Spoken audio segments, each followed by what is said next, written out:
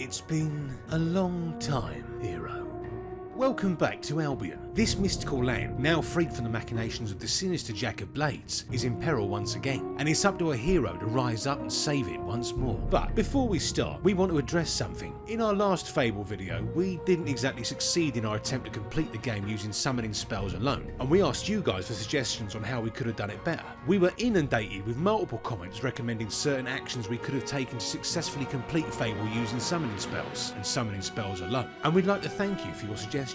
Now, we wanted to test these suggestions and see what we could do differently, but that would have meant playing the game all the way through from the start again, and really, what kind of lunatic would do that? It was enough of a ball ache the first time, right? We wouldn't subject ourselves to that pain again, surely. Well, we here at Epona Suu dare to be stupid. To begin, we load the earliest game we have, which is luckily just after the Longest Balls tutorial and right before we're about to leave the Heroes Guild for the first time. A few of your comments suggested eating to gain will experience. In particular, this comment from Laundry Cinnamon 684 suggested eating the equivalent of all the fish in the North Sea to gain 3 will experience per fish. Using our knowledge of Albion's trading network, we manipulate the markets and use a duplication glitch to make ourselves loads of money. Then we use the same glitch to dupe lots of fish. We get scranning, putting some weight on in the process, and although the will experience per fish is pretty minuscule, after we've tanned enough of the tasty little buggers, we're able to buy both ghost swords and summon creature. We also buy ourselves the arse face type, seeing as we're not demolishing pies like we did in our original run. Several of you also suggested spamming our summons repeatedly to gain more will experience, but we thought force feeding ourselves fish would be quicker. We swapped the Wasp Queen with ease, using both our summons to take her out as we no longer need to harvest experience from our enemies. Just like last time, we want to find a will experience potion so we can use the duplication exploit on it and grant ourselves more than enough to be getting on with. Eating fish does work, but it takes absolutely ages, and smashing the buttons on the controller does hell of a number on the hands. And completely forgetting what happened in the first run, we try to get the will experience potion at the Grey House again, but of course, we can't get in there. But we do get a Balverine as a summon, which is a decent consolation prize. We yomp back over to Bowerstone to duplicate ourselves more fish, and we temporarily switch over to keyboard and mouse controls just to make inhaling the fish less of a burden on the old digits. Despite tanning yet another small ocean's worth of fish, we only get enough will experience to upgrade our ghost swords to level 3, as the jump required in experience is stupidly steep. I mean, look at this. It costs just over 6,000 to upgrade to level 2, and then over 17k to get to level 3. That's bloody ridiculous. And so, we soldier on with the main questline, this time opting to attack Orchard Farm instead of protecting it and facing off against Whisper. Despite the fact that our summons are clattering her, as with last time she doesn't get a health bar until we hit her with a flourish, so we give her a light tap, allowing our summons to demolish her in a matter of seconds. We escort the traders through Darkwood, and the game decides to crash as we open a bloody chest. That's fun, that's really good. We relaunch the game, and to really boil our piss, our Balverine summon turns into a bandit. What a bloody downgrade that is. After the traders have been dealt with, we head to Twinblade's camp at Maze's request. As we're pretty much wandering about like the Monopoly guy, we throw money at the guards to let us in, and throw some more money at the assassin to distract everyone. We're forced to defeat Twinblade with the stick again, which is probably more embarrassing for him than it is for us. We see Teresa, she doesn't see us. We fart on Twinblade because we've got the combined mental age of a 7-year-old, and we leave without killing him again. And somehow, for some reason, fate smiles on us, and we find the Ages of Will potion in a random barrel. There's an incredibly limited number of them in the game, so finding one this early is excellent. We try to use a duplication glitch on the potion, but it doesn't work. As it transpires, we can only use the glitch in shops that sell the potion, and the only shop that can sell the potion is in Bowerstone North, and we can only get to Bowerstone North after we complete the arena, and the arena was a bloody nightmare last time. We go off to find the archaeologist for Maze, and while we're in Witchwood with enough gold in our pockets to buy most of the country, we stop by the Temple of Arvo to make a charitable and totally tax-deductible donation. The gods are pleased by your donation. Very pleased. For our good deed, we get given the Sentinus, a big old spiky stick, and we get a pretty little halo too. Your continued devotion has earned you a new title. Go and spread Avo's word throughout the land. The Temple of Arvo also changed our title to Paladin, but as if we'd keep such a ridiculous name. After finding the archaeologist, we journey over to Knothole Glade and give the White Balverine a good old-fashioned hiding, as our summons aren't doing anything to it. Deja vu, anyone? At some point, our bandit summon managed to turn back into a Balverine for some unspecified reason. When we come to face the White Balverine for round 2, our summons absolutely demolish him, probably because we've upgraded them to be stronger and hit harder. And as several of you pointed out, using our summon creature to take him out nets us a nice little White Balverine summon. Listen, I'm not a furry. The arena comes next, and it is a damn sight easier with the White Balverine at our command, but we also managed to figure something out. We started to have the same issue as last time, namely our summons refusing to attack the rock trolls again. This appears to be an issue with having both summons out at the same time, as when we only use our summon creature, it attacks at a much better rate than if we use it in conjunction with our ghost swords. We spare Whisper and we move on. Now that we're able to get to Bowerstone North, we head straight there, and by using the duplication glitch, we easily bag ourselves over 100,000 will experience points, allowing us to fully upgrade our ghost swords and summon creature. Next up, saving the ungrateful archaeologist from Jack of Blades' hench creatures. Annoyingly, our White Balverine takes the form of one of Jack's minions. Well, we're not having that, not again. We reload the game and just use our ghost swords, which actually takes too long and we run out of time. On our second attempt, however, we succeed. Over to the Lichfield graveyard next, where we pilfer Nostro's armour and make our way to Bargate Prison. We keep our White Balverine summon in reserve for now, afraid that we'll lose the bloody thing again. As our ghost swords are at max level, they make short work of the Kretinous corpses. We find our darling Mumsy, get caught by Jack, and then spend a year at Albion's finest maximum security facility. By the second race, we win it simply by rolling around the track, put up with the Warden's torturous poetry, and then escape Bargate with our mother and a group of topless men in tow. Up next is the fight with the giant Kraken creature. We don't use the bow or our lightning spell this time. Oh no, this time we wait till the giant watery wanker leans forward and set about it with our giant holy stick. After setting Mother free, our next task is to charge the Hook Coast portal, which involves us having to kill a bunch of hollow men in quick succession, but the bloody meter drains just as quickly as we can fill it up. We try reloading the game to see if that helps us any, but it still takes a long time to do. We even have to employ our White Balverine just to keep things progressing, but luckily it doesn't turn into a hollow man. Next on the agenda is the showdown with Maze, and unlike the last time we did this, we managed to work out a decent strategy. We, and I shit you not, get him to chase us around the teleporter once he reaches it, as this somehow prevents more screamers from spawning. This also allows us to easily evade his ridiculously large area of effect attack when he starts chasing us like a deadly version of Ring Around the Roses. When Maze's shield drops, we let loose our summons on him, and when his shield restores, we start the chase again to prevent him from exploding near us. When Maze only has a fraction of his health left, we somehow, inexplicably, manage to press the button to use the spade, causing the bloody game to crash and leaving us to repeat the process again. Wow, that's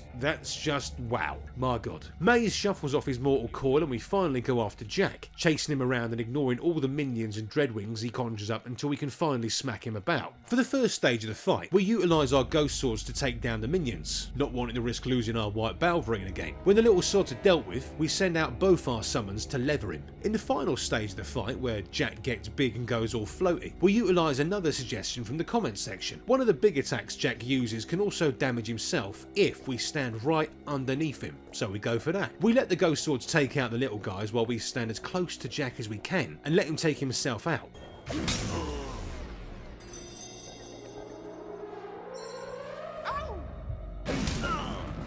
How's that for falling on your own sword, eh? And with that done, and having failed to complete the main quest using only summons for a second bloody time, we're ready to begin the Lost Chapters. The only difference between our new character and our original is a slight change of wardrobe, a new title, and a new summon, the White Balverine.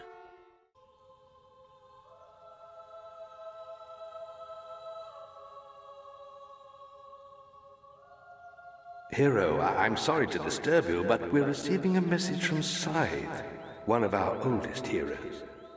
Some indiscernible amount of time after the defeat of Jack of Blades, the Guildmaster contacts us and asks us to come to the Heroes Guild. We're to meet with Scythe, the most ancient hero in the land, who apparently wants our help. Opie knows what he's in for. Also, Twinblade's apparently sent some assassins after us. We have learned that Twinblade is seeking revenge for his humiliating defeat.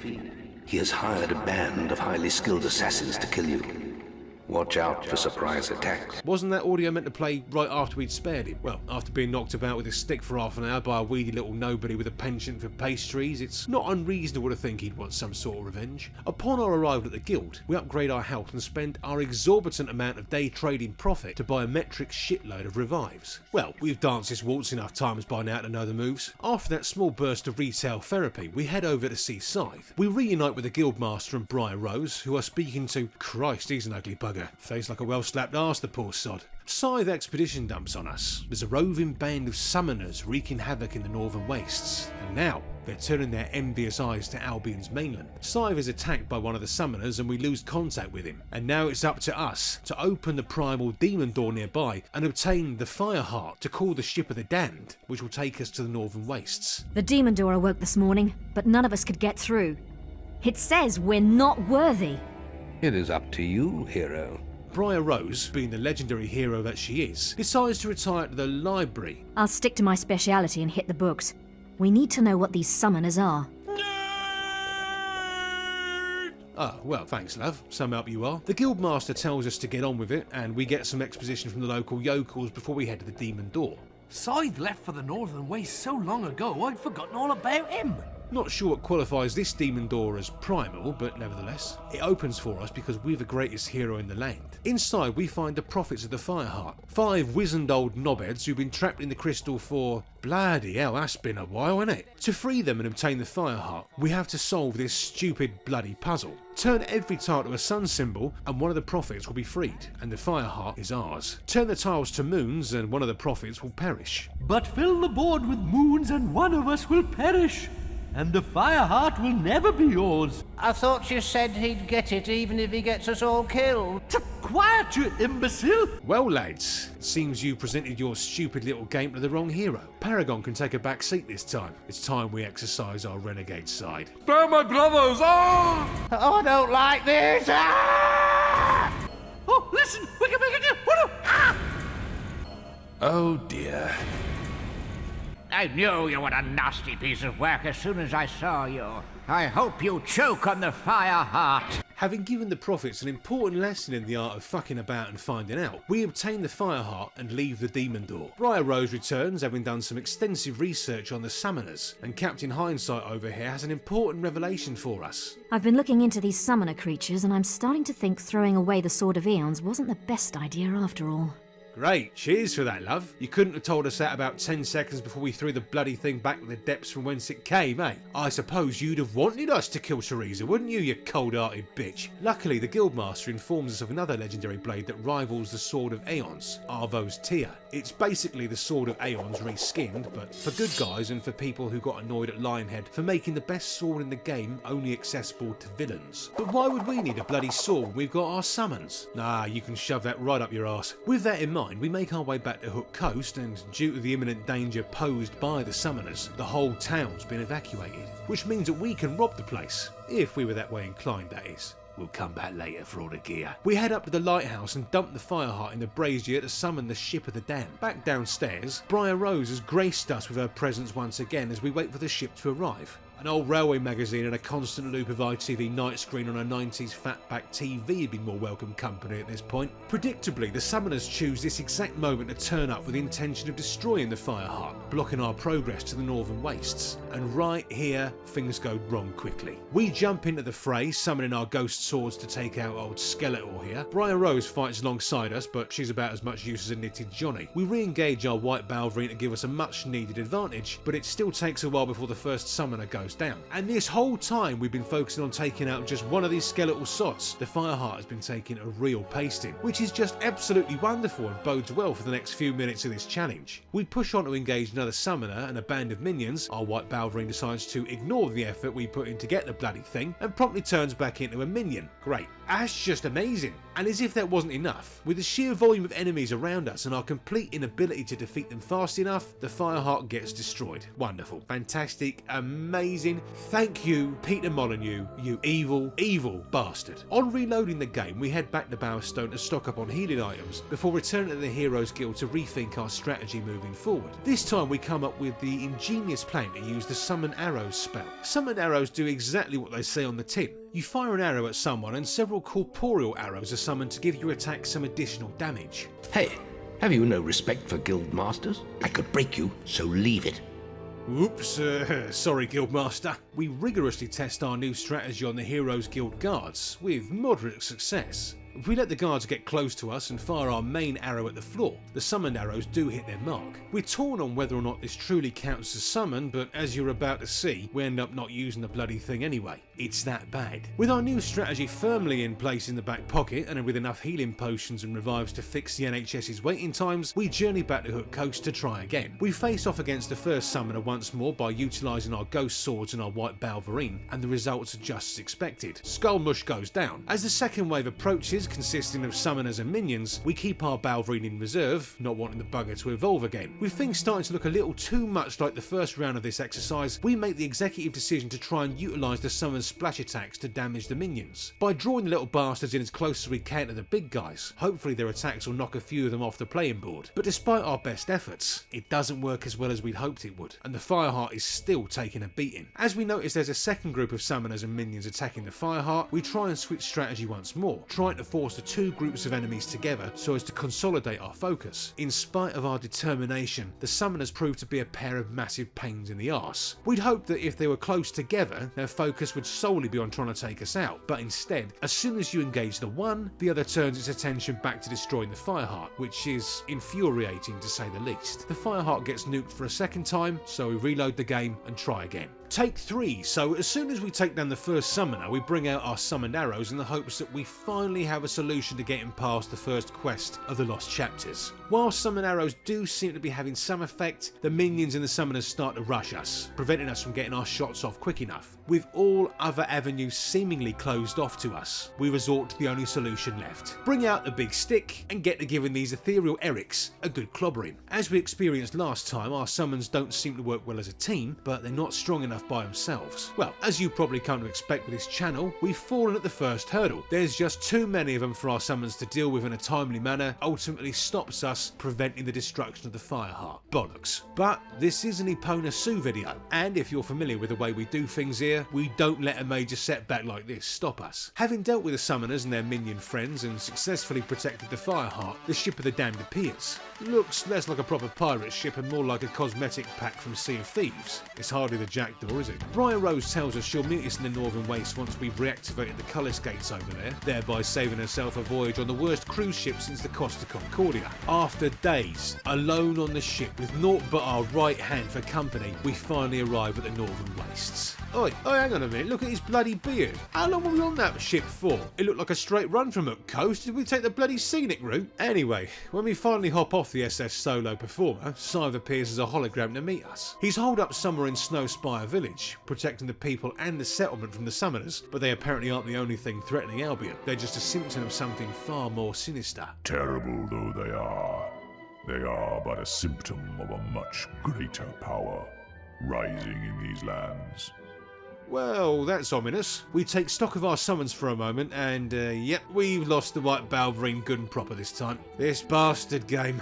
We would have reloaded the game and gone back to try and save our white balverine, but seeing as the main enemies in these missions are minions and dreadwings, we thought we'd surrender to the inevitable just early on. As we set out on the road to Snowspire, we're immediately accosted by an ice troll. We sick our summon and our ghost swords on it, but we run into the same issue we had in our original sojourn through the arena, where they stopped working after a few moments. We bin off the swords, relying solely on our summoned minion. It takes quite a long time for the big frosty fucker to go down, but eventually he does. With that brief interlude out of the way, we continue on the path to Snowspire, only to be ambushed by a pair of white balverines, because obviously the ice troll wasn't enough punishment. However, we smell an opportunity here. We unleash our summoned minion on the lycanthropic lemons, hoping that it will transform back into a more suitable form, but sadly, no. Thanks, Peter. A few moments later, we're mobbed by an entire pack of white Balverines. Bloody hell, there's quite a few of the buggers, eh? We unleash our summoned minion on them, but he's really slacking off at this point. Yeah, pull your socks up, big boy, for fuck's sake. Bugger this for a laugh. We decide to peg it past a pack of infernal furries instead. We reach the Archon's shrine and find some very concerning banners plastered around the place. An 8-pointed star. I've got a bad feeling about this. I am no heretic. Briar Rose is already here to meet us and asks how our journey went. Crap, to be quite honest, love. The only thing that could have made it more entertaining would have been hitting an iceberg. Briar's found some interesting inscriptions in the shrine and, despite just turning up here, she buggers off back to the guild to research them. Some bloody help you are, woman. Nevertheless, we hold our head high and finally arrive at Snowspire Village, where the villagers are amazed to see a second person who isn't related to them somehow, and Scythe comes to greet us. In the name of all that's sacred, is even uglier in person. But then again, I suppose living for thousands of years and facing the core and the darkness, not that one, will do that to you. Hey, that's just a theory. A game No, we're not doing that. No, get out, go away, fuck off. We walk with Scythe and he gives us some exposition about the Snowspire Oracle, which is this great big terrible Mount Rushmore looking thing that will help us figure out who's behind the summoner's attempt to invade Albion. But first, we need to go on a fetch quest to find the big ancient glyphs of inquiry, 4 ancient magical wasp names that will activate the Oracle. Scythe tells us to head to the exotic sounding haunted Necropolis and that we'll find the glyphs there. Alright, we're going grave robbing again. While we've got a moment, we take some time to have a wander around Snowspire Village. It's not a bad place all things considered, and the people are friendly enough, despite the high probability they've all been paddling around the shallow end of the gene pool. We treat ourselves to some more health potions, and I must stress that I personally had no control over this, a redhead wig. Oh, for the love of God. And so we head out for adventure, dressed like the first winner of Drag Race Albion. We sack off fighting the bloody Balverines again and sprint straight to the haunted Necropolis, where the guard warns us of the dangers that lurk within, and then buggers off. Cheers, mate. Well, time to start robbing some corpses then. We're looking for the 4 glyphs of inquiry, but every now and then there's a chance we'll dig up one of these tablets that will summon a horde of creatures to attack us. So that's really fun. Speaking of which, we unleash our ghost swords on this first wave of enemies who've been unlucky enough to face the mighty and terrifying Arseface. Why did we choose Arseface again? We find the 2nd and 3rd tablets in quick succession, all the while our summoned minion attempts to take down our foes by himself. He's not doing too well, but the gods love a trier. Oh, hang on a moment, he's turned back into a Dreadwing. Well, that's one on the scoreboard in our favour at any rate. Of course, things are going far too smoothly, so a summoner turns up to stop us from our heroic pilfering of dead people's stuff. We bring out the ghost swords again this time, and our 2 summons successfully split their attention between the summoner and the white Balverine. The Balverine goes down, but it's taking quite a bit of time to take out the summoner. And if that wasn't enough, do you see what I see? Yep, that's another bloody ice troll here to ruin our day. With the summoner dealt with, we head towards the ice troll, deftly rolling under his right hand side because, let's be honest, none of us want to go through that ordeal again.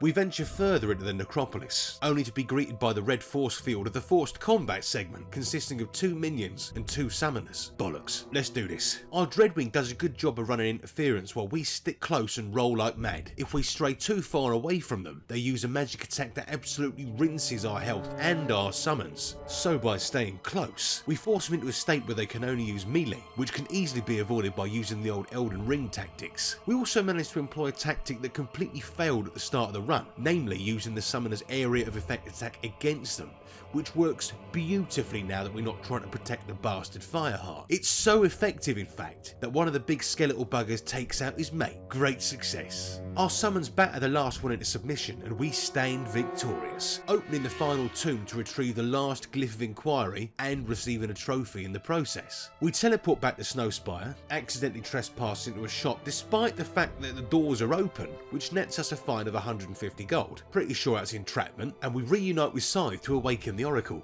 O great Oracle, grant us the knowledge we seek. What evil rises in this land? 42. 42? Jack of Blades has awakened the dormant power of the summoners. Well, of course that knobhead's back. Death can't hold an ego that size for very long. So Jack has cheated death once more. Never have we encountered a being like him. Never encountered a being like him, says the bloke from the Old Kingdom who's been around for so long that he taught Nostra how to build the guild. Twat. You know what? Now we look at it a bit closer, those runes look very familiar.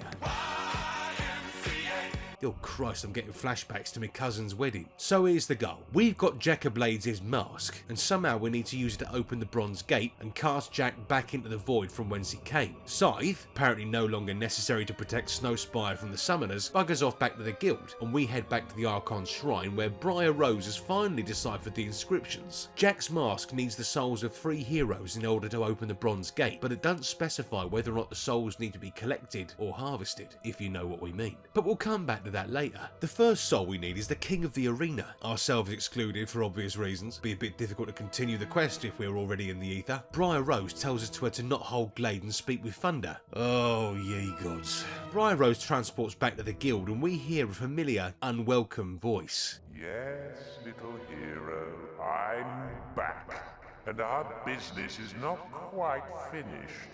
Oh yeah, Jack's back alright and he's not happy with us. In fact, he's speaking through us, which is rather creepy in and of itself. Ignoring the writings of the dead bloke who killed our mumsy, we head over to Knotthole Glade. We find Thunder being told, in no uncertain terms, to bugger off by the chief, as for the first time in decades, Knotthole Glade is safe. And obviously, this is our fault. I will tell you what I know, if it will get you out of my sight. Thunder reluctantly tells us to go and search in the arena. The arena. Welcome to the arena. Or we could take his soul. Why go all the way to the arena? You have a perfectly good soul right in front of you. Jack certainly seems on board with that idea, but as our summons won't attack an openly non-combative NPC, we'll spare him, for now. Now go. Unless you're here to take my soul. You've taken everything else. Boo frickety hoo! At the arena, we find that trouble's afoot. The summoners have already beaten us here and are setting about putting people to the sword. Honestly, violence in sport these days is getting out of hand. Not seen this many injuries since the last time Leeds United played anybody really. Jack decides to taunt us as we engage the summoners. Afraid to fight another hero, were you? Very well. I have prepared some entertainment for you inside. And we discover right just now that there's a different type of summoner after nearly 20 years since the Lost Chapters was released. Perception, rare gift these days. We deploy our summons to fight the Bone Brothers, hoping that the remaining guards would actually put up some kind of a fight, but of course they don't. We bravely try hiding behind the pillar to avoid the summoners' magic attacks, but the clever bastard sees through our plan and comes round the side to slap us in the mush. We get a proper walloping as we try to draw the 2 summoners together, attempting to use the same strategy we used back in the Necropolis, which does seem to bear fruit as Blue Boy drops to his knees and explodes, leaving us to deal with Red Matey. What follows is a painful few minutes of us rolling around and knocking back mana potions in order to keep summoning our summons to deal with a solo summoner, but eventually he hits the deck. We move through into the arena anteroom, finding the aftermath of a massacre and some items that nobody's guarding, so they're ours. We emerge into the chill night air of the arena proper, with Jackablades taking the job of commentator and us facing the seemingly simple task of taking down a rock troll and some minions. Watch a hero ripped to pieces by trolls and Jack's very own minions. And with this, we reach what was the single most painful experience of both our Fable runs. This is peak torture, ladies and gents. This is the digital equivalent of being kicked in the joy department with a steel-toe cat boot. What appears to be a simple, if somewhat inconveniently drawn out fight, rapidly turns into an experience that's as swift and painless as the 100 Years' War. Let's break this one down nice and easy. Wave 1. 1 rock troll, 1 earth troll, and a handful of minions. By hugging the wall of the arena, the earth troll retreats back into the floor, allowing us to focus our attention on the minions and the rock troll. The minions go down quickly enough, and we manage to avoid most of, if not all, attacks thrown our way by rolling like mad. Our summons focus on the rock troll, however we quickly get caught between a rock and a hard place.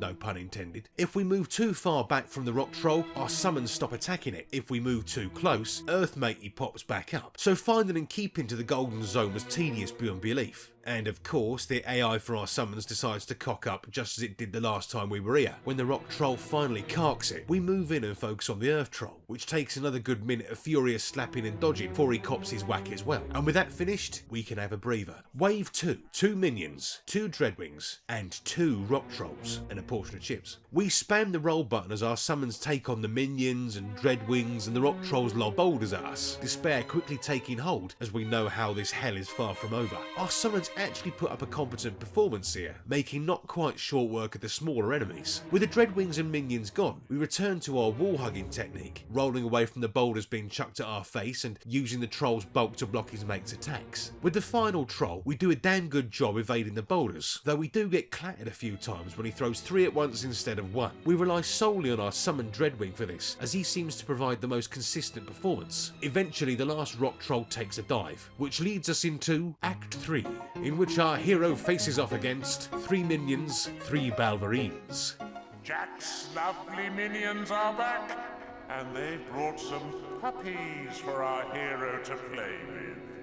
At this point, the only thing maintaining our sanity is Jack of Blade's colourful commentary. Tough. Your combat multiplier is a disgrace, hero. Hero? Are you having trouble hitting things? Oh.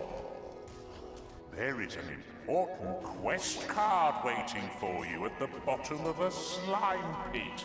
It's fairly simple to get rid of this bunch. Summon our ghost swords and dreadwing and just roll out, keeping the cluster of furries together in order to give our summons the best chance of hitting something. Wave 4 is much the same, but with dreadwings instead of minions, so we employ the exact same strategy. And then it got so much worse. All the way from sunny Snowspire, I give you summoners.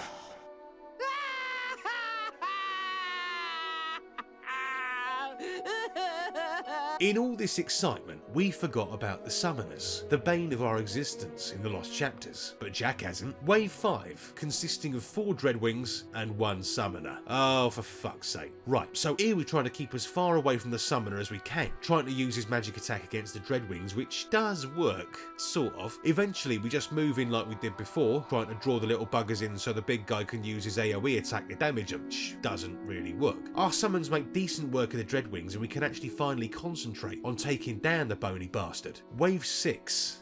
Minions and summoners pummeling a drip from the guild. Oh, was ever a sight sweeter than this? Make it stop! Make it stop! 3 dreadwings, 2 summoners. Hell. With our summons engaging the dreadwings, we try to lure the summoners together to get them into melee range, hoping they'll just start damaging each other, all the while trying to avoid being attacked from all angles. Annoyingly, because the summoners are so far apart, whichever one's furthest away just spams its magic attack on us, making it nigh on impossible to actually enact our plan. When the dreadwings finally bugger off back to whatever pocket dimension they spawned forth from, we're left with the summoners casually nuking our ghost swords from long range, preventing them from being any real use. But with the last remnants of our sanity and patience ebbing away, we finally take them down and the first soul flows into the mask.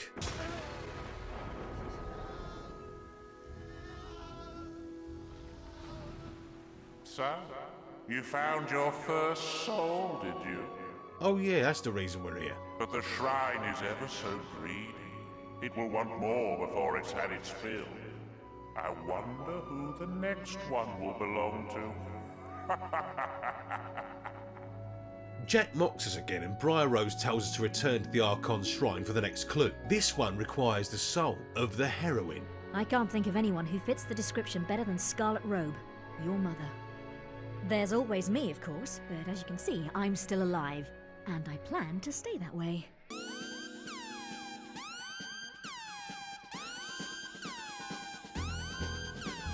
So it's back to Oakvale for more family-related trauma. Why let our dearly departed mother rest in peace when we can harvest her soul? We teleport on over to our old hometown, only to have Jack interject about taking our mother's soul. Hasn't she suffered enough? Would you really do that to your own mother? Take Briar. She is of no use to anyone. He might be an evil sod, but even a broken clock is right twice a day. At the Oakvale Memorial Garden, we find the place overrun by screamers. Makes a difference to pensioners and protesters, the usual denizens of Memorial Gardens, mind you. The screaming's pretty on brand. Mum appears to greet us and informs us that Jack sent the screamers here to torment her, and that they'll be after us now too. Well, we ain't afraid of no ghosts, but the sight of a meter bar fills us with dread, like during our original Fable run. Specifically when we were trying to open the Hook Coast portal, we need to kill the screamers in a quick and timely fashion in order to fill up this bar. And just like last time, we've only got our summons to do it with. Bollocks. Luckily for us, the screamers are a damn sight weaker than the Hollow Man we faced before, and they've got far less health. It takes us some time to find the perfect position, but by standing stock still, spamming health potions and our summons, we successfully defeat the ghostly bastards. Not hard, but bloody tedious. We reunite with Mumsy again, who informs us that Jack's new form is nearly ready, and bequeaths her soul to us to defeat him. We unceremoniously stuff her immortal soul into the second portal thing, and we finally come to the last soul we need to collect. There's just one inscription left. The oldest soul. But we still haven't figured out who that might mean. Oh, come now. We both know who it is, dear Briar. You can't protect the old fool any longer. Jack thinks it's the Guildmaster's soul we need, so we head to the Heroes Guild to get some answers. And the Guildmaster's only gone and holed himself up in the Guild woods. We're not supposed to let anyone near him.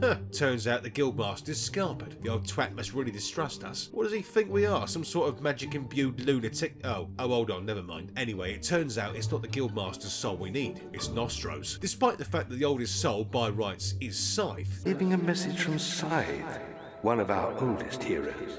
But does Scythe even have a soul? Being immortal, can he be damaged? There is no point. Your attacks are too weak to damage me.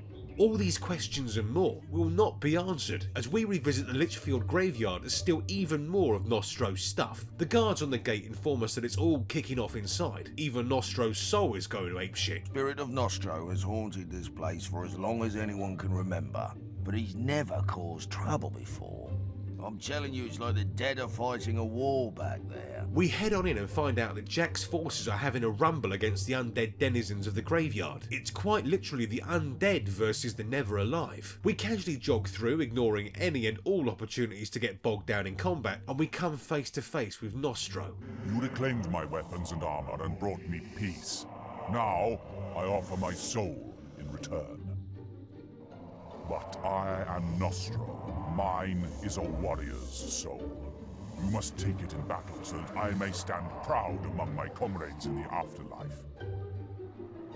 My men have sworn an oath to protect me even in death. Only when they fall can I be harmed. Now, that sounds fairly self-explanatory, right? He stated very clearly what we need to do. However, if you didn't listen properly, like our editor didn't, you'll just be fighting blindly for the first few minutes and wondering why the big guy isn't taking any damage. Mind you, it didn't help that our summoned Dreadwing didn't get the memo either, as he wades straight in and makes a beeline for Nostro, the daft git. We're trying to distract Nostro so that our summons can attack him from the rear, but it doesn't really seem to work. So we abandon trying to do this strategically and just let nature take its course. Like the last one, not difficult, just bloody tedious. After a good 20 minutes, Nostro finally runs down the curtain and joins the choir invisible, allowing us to vacuum up that sweet, sweet soul. Back at the Archon's shrine, Nostro's soul is transferred into the final container, and after some magical cobblers with a light show, the bronze gate opens for us. The inscriptions say only one hero will be allowed to pass through the gate, and, hey, guess what? You're the strongest. But of course, only one hero can pass through, so Briar Rose dips on us again. We get a pep talk from Scythe. Many had prophesied that the opening of the Bronze Gate would mark the end of our world. You will prove them wrong. Cheers, mate, just what we need. Moral support. Why aren't you bloody doing this anyway? We can't even damage you. You're bloody immortal. You should be the one going in there and slapping Jack's ass. You've done it before, you lazy bastard. Anyway, we head through the gate and into an obvious staging area for a boss fight. Yes, always the puppet.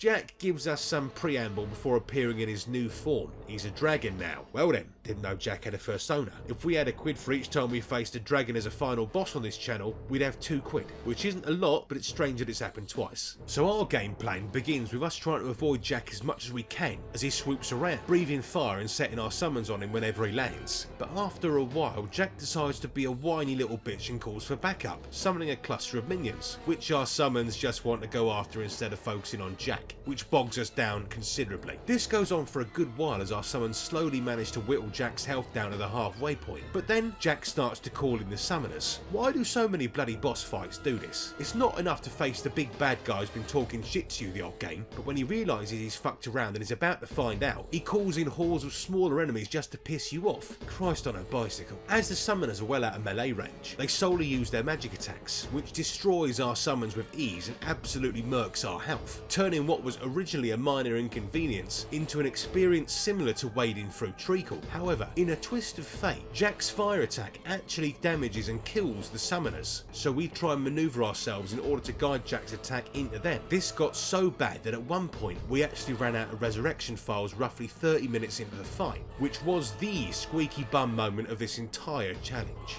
Luckily for us, the summoners dropped a couple of resurrection files, saving us from a Groundhog Day situation. And finally, 40 minutes after starting the fight, Jack is defeated. We suck his soul back into his own mask, trapping him there for good. A strange voice calls out to us. The battle is not over yet. You must destroy the mask. Whatever you do, you must not wear it. Wear me, and the world will bow at your feet. Listen to me! Destroy the mask, now! That was Scythe, by the way. You're just not used to hearing him with emotion in his voice. It even says it on the wiki, you can check for yourselves. Surely you have better tasks to be attending than striking me. Striking me will not awake the Oracle. Jack's honeyed words whisper forth from the mask, willing us to put it on, but we yeet that bitch into the lava, somehow losing our wig in the process, and ending his bullshit once and for all. Good riddance, you little bitch. And that's it. No, seriously, that's it. We get a little sum up from the Guildmaster. It was a battle that will be talked about for centuries to come.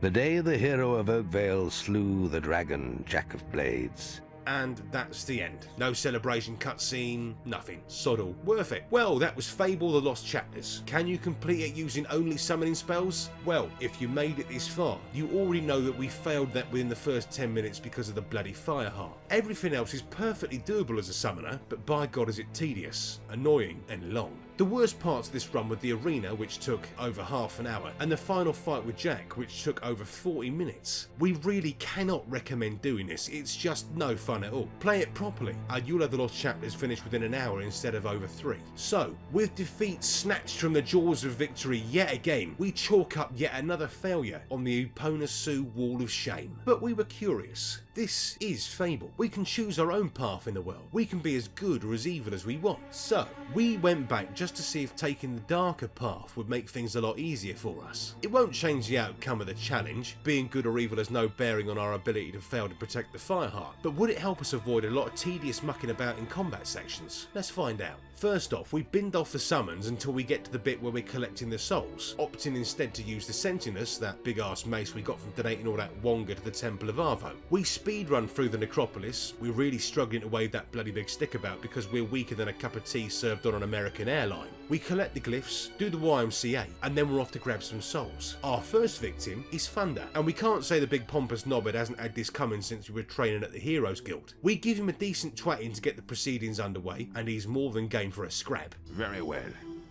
It's time I showed the world who the real hero is. But not for much longer.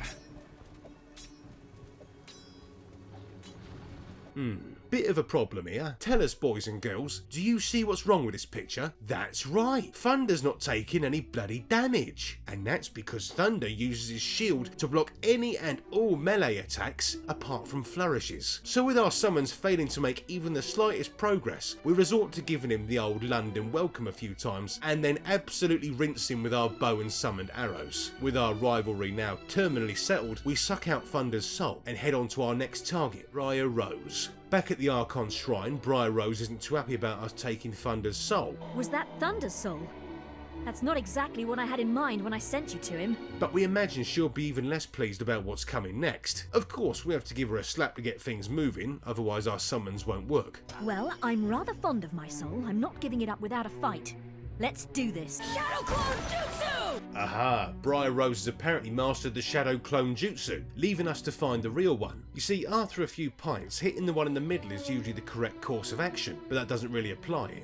Our summons finally track down the real one, and they do start to do some damage to her health bar. We settle in expecting another long and drawn out fight until we notice something rather shocking. The cheeky cow starts to heal herself. Now, we could wait here for another hour or so waiting for our summons to finish her off, but the whole point of being the villain was to save us some time, and as that's no longer on the cards, we take matters into our own hands again, using the bow and summoned arrows to rid the world of Albion's worst and only John Lennon lookalike. Near the end of the fight, Briar Rose makes a very valid point. Who's going to translate the inscriptions now? Have you thought of that? Oh, bollocks, who will read the inscriptions for us? But how will you know what the last inscription says now? Ah, the oldest soul. Wow, the Guildmaster would be a perfect choice, don't you think? With this ambitious but rubbish challenge still going, Jack himself translates the last inscription for us, and, without Briar Rose here to point us towards the guild, to point us toward Nostro, Jack instructs us to go after the Guildmaster. As we saw before, the old slaphead is holed up in the guild woods, surrounded by Albion's boys in blue, but they won't prove to be much of an issue, as we just roll right past them. We square up to the Guildmaster, and he gives us the tired old, "Oh, you're being used, you had so much potential," claptrap, and then the cheeky bastard dips. Such a pity it has to end like this. Can't you see Jack is using you to destroy the guild? I can't allow you to do this. Gods!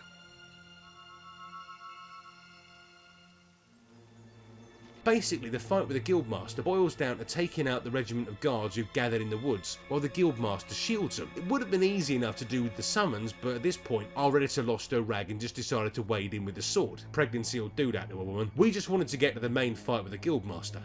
When Maze betrayed me, I knew he was a coward. But you are the biggest disappointment of all.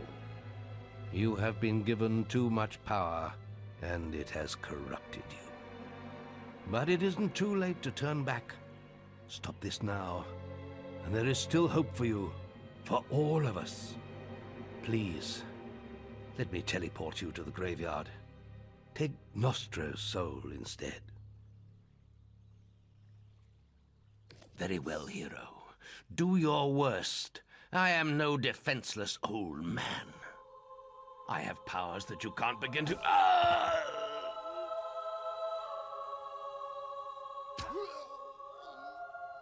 Oh, alright then, bit of an anticlimax that. Oh, they did him dirty alright, but we've got to admit, that was pretty funny. I could break you, so leave it. Back to the Archon's shrine again, and, as Briar Rose is copped it, Sai's the only one there to greet us. But he does give us a cooler monologue than Briar did. The stench of death is overpowering. You will do well to prepare yourself before facing him. The inscriptions indicate that only one hero may pass through the gate. You must face him alone. May death close his eyes to you. The fight with Jack takes a fraction of the time, as we know we can do it with our summons, but we refuse to go through that torture a second time. And this time, as we're the bad guy in this tragic tale, we succumb to the siren song of Jack's promises and, like a seal dur on the day the strength of men failed, we keep the mask for our own. Cast it into the fire!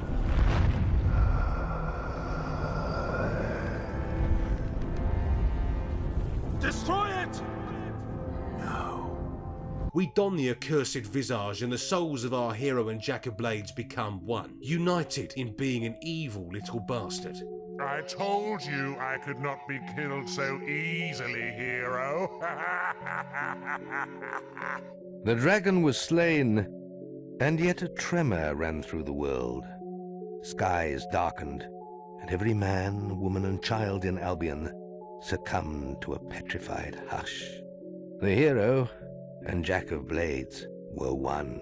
Also, as we get an imperial shitload of evil points for this, our appearance changes. We get horns, and for some reason a severely receding hairline. Evil equals bald, bald equals evil. What did Lionhead mean by this? What kind of hair's Peter Molyneux got again? And so to sum up, no. It wouldn't have been easier to do the final part of The Lost Shepherds as a villain. Thunder was impossible. Briar Rose was possible, but would have taken far longer than is reasonable. And the Guildmaster was probably the easiest one of the whole game. And so, we reached the very end of our story. We'd love to be able to go through Fable 2 or even Fable 3. But we have no idea what kind of challenge we could set ourselves with either of those games. Maybe in a couple of years' time, when Xbox finally releases the next installment of Fable, we'll be able to figure something out. Or if you've got any suggestions in the meantime, feel free to leave them in the comments. But for now, we can close the book on Albion, safe in the knowledge that the land and its people are protected. As I always say, thank you for watching, and we both hope you enjoyed the video. As usual, it's been a while, and we both hope you're all keeping well out there. We're still keen to make more frequent uploads, despite our track record of saying this every time and keeping to our usual schedule of doing 2 or 3 videos a year. With our personal schedules, doing long-form videos like this can take a while to get together, so we were thinking of changing things up a little to get more frequent uploads going. We want to keep doing the challenge runs, don't worry, they're not going anywhere. We might do a few lore videos, reviews, maybe a voiced playthrough of a visual novel just to keep content rolling on a more frequent basis. Maybe I can do a few more songs if you'd like, or we could explore one of our favourite topics, having a little bit of a good old-fashioned British moan about game series and where they went wrong. If you've got any ideas of what you'd like to see us make for the channel, by all means please leave us a comment. We always love reading through them and responding to you lovely people, and if you know anyone who'd enjoy this, feel free to share it with them, and leave us a like if you'd like. We hope to see you all very, very soon. And if you've got time, we'll see you next time.